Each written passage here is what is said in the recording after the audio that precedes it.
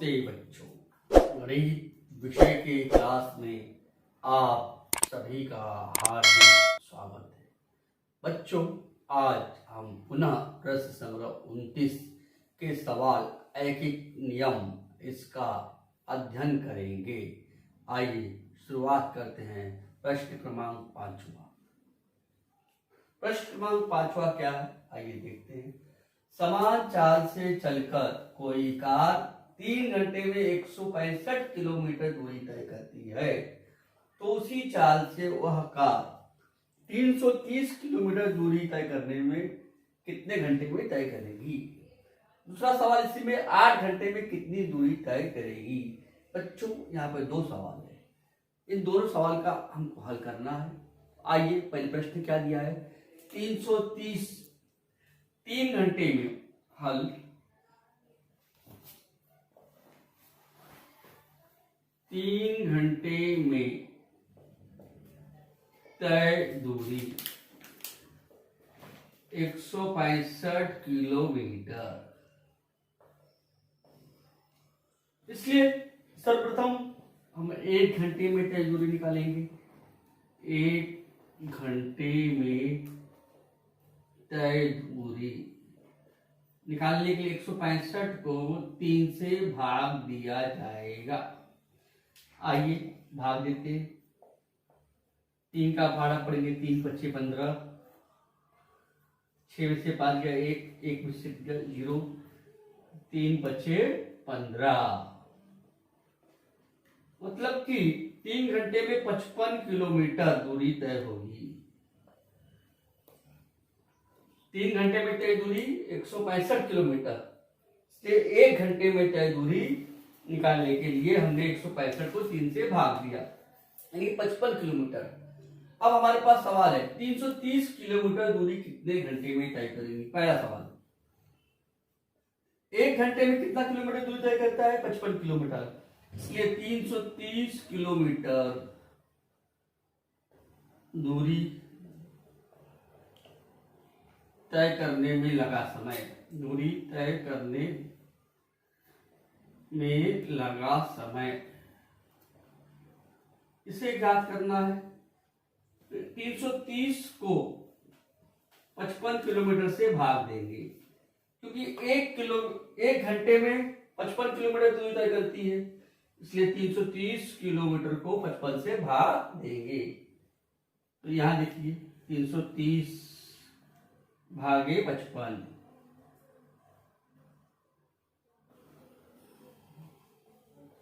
मतलब 6 घंटे लगेंगे। पहला प्रश्न जो कह रहा है, 330 किलोमीटर दूरी तय करने में कितना समय लगेगा। 330 को हम 55 से भाग देंगे तो 6 घंटे लगेंगे। अगला प्रश्न अब क्या पूछ रहा है, 8 घंटे में तय दूरी, 8 घंटे में तय दूरी। आप सभी जानते हैं 1 घंटे में कितना दूरी होता है, 55 किलोमीटर। 8 घंटे में निकालने के लिए 55 गुणे 8,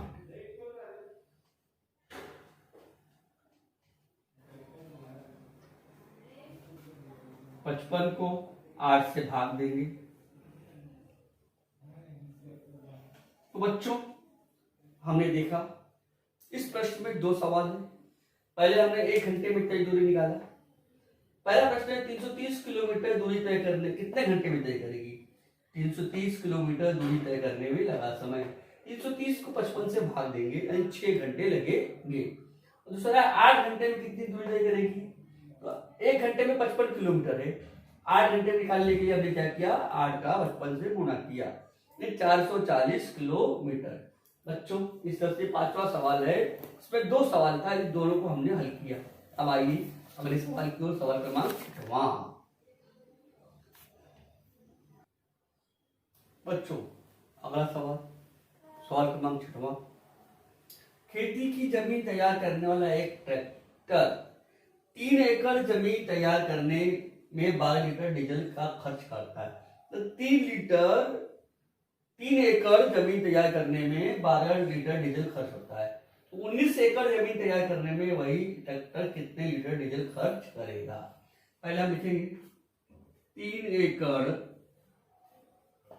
जमीन तैयार करने में 12 लीटर डीजल खर्च होता है। डीजल खर्च होता है। इसलिए 1 एकड़, एक का निकालने के लिए हम क्या करेंगे, भाग करेंगे। जमीन तैयार करने में 12 को 3 से भाग देंगे, 3 चौक 12, 4 लीटर डीजल खर्च होता है। 4 लीटर डीजल खर्च होता है। अब हमको क्या पूछ रहा है, 19 एकड़ जमीन तैयार करने में कितना लीटर डीजल खर्च होगा। तो 19 एकड़ जमीन तैयार करने में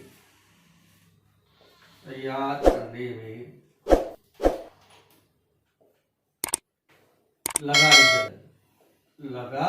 डीजल। तो 19 का गुणा किससे कर देंगे, 4 से। आप यहां गुणा करके देख सकते हैं, 19 चौके कितना आएगा बच्चों, 76 लीटर। तो हम क्या करेंगे, हल लिखेंगे, 76 लीटर डीजल खर्च होगा। डीजल खर्च होगा। तो बच्चों पहले हमने एक का निकालने के लिए भाग दिया, उसके बाद हमने क्या किया, गुणा किया। अगला सवाल देखते आइए बच्चों। सवाल क्रमांक 7वां, शक्कर के किसी कारखाने में 48 टन गन्ने से 5376 किलोग्राम शक्कर मिलती है। तो 50 टन गन्ने से कितनी शक्कर मिलेगी। पहले हम लिखेंगे हल, 48 टन गन्ने से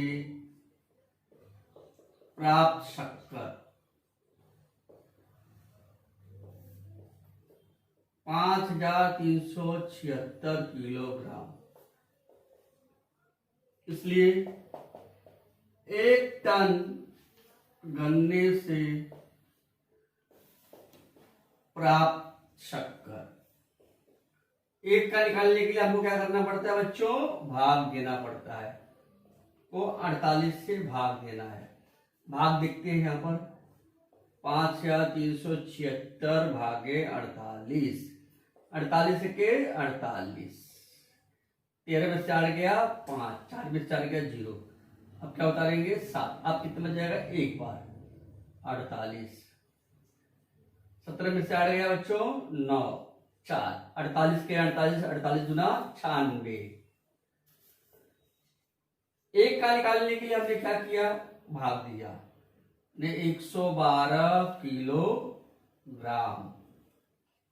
एक टन गन्ने से कितनी शक्कर बनती है, 112 किलो। तो 50 टन गन्ने से कितनी शक्कर मिलेगी।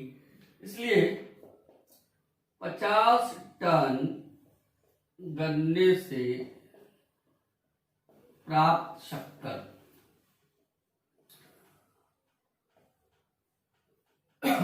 112 गुणे 50, गुणा करना आपको आता है। देखिए गुणा किया हमने, 0 0 0, 5 गुना 10, हासिल 1, 5 1 5 1 6 और 5 1 5, 5600 किलोग्राम। तो उत्तर हमें क्या प्राप्त होगा, 50 टन गन्ने से 5600 किलोग्राम शक्कर प्राप्त होगा। उत्तर 50 टन गन्ने से प्राप्त शक्कर बराबर 5600 किलोग्राम। तो बच्चों इस तरह से हम सवाल को हल करते हैं। इस प्रश्न में 9 सवाल है, 7 बता दिया है। अब हम 8वां सवाल की ओर बढ़ते हैं। आइए अगला सवाल, 8वां सवाल। बच्चों सवाल क्रमांक 8वां, आम के किसी बाग में 8 कतारों में 128 वृक्ष है, तो 13 कतारों में कुल कितने वृक्ष होंगे? हल, 8 कतारों में वृक्षों की संख्या 128, इसलिए एक कतार में वृक्ष की संख्या 128 को 8 से भाग देंगे। आइए भाग देते हैं। 8 का पारा आता है 8 1 8, 8 गुना 16, तो एक बार जाएगा। 12 में से 8 गया 4, 8 छंग 48। बच्चों भाग देना आना जरूरी है, पारा भी आना जरूरी है। तो एक कतार में कुल 16 वृक्ष, कितने वृक्ष? 16। ऐसे 13 कतारों में एक का निकाल दिया, 13 का निकालना, अनेक का निकालना है, तो हमें क्या करना पड़ेगा? गुणा करना पड़ेगा। 13 कतारों में वृक्षों की संख्या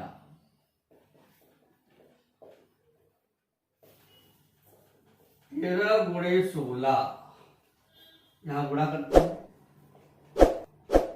3 छक 12, 3 1 3 1 4, 1 8 6 4 10, 208 वृक्ष, 208 वृक्ष।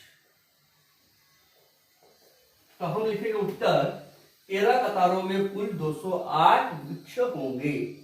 बच्चों इस तरह से हमें सवाल को हल किया जाता है। अब अंतिम सवाल, उसको भी हल करते हैं। आइए देखते हैं अगला सवाल।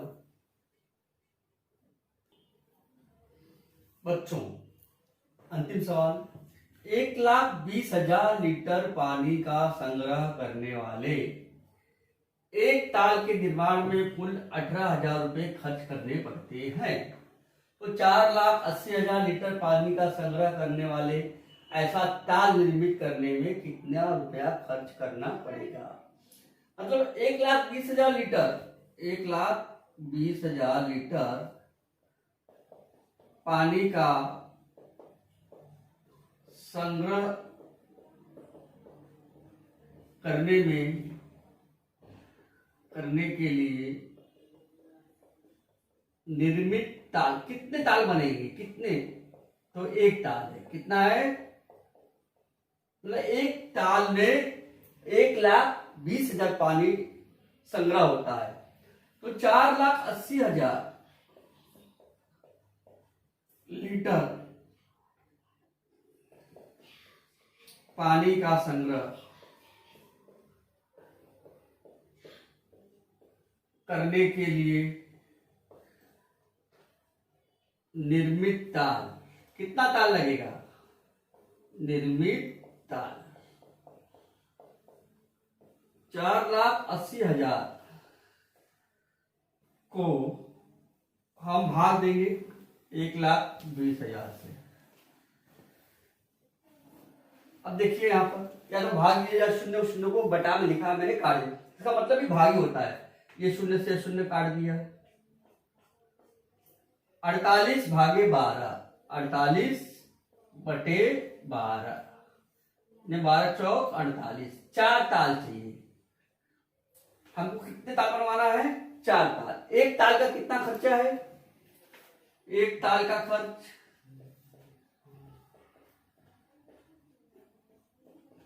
18,000 रुपये,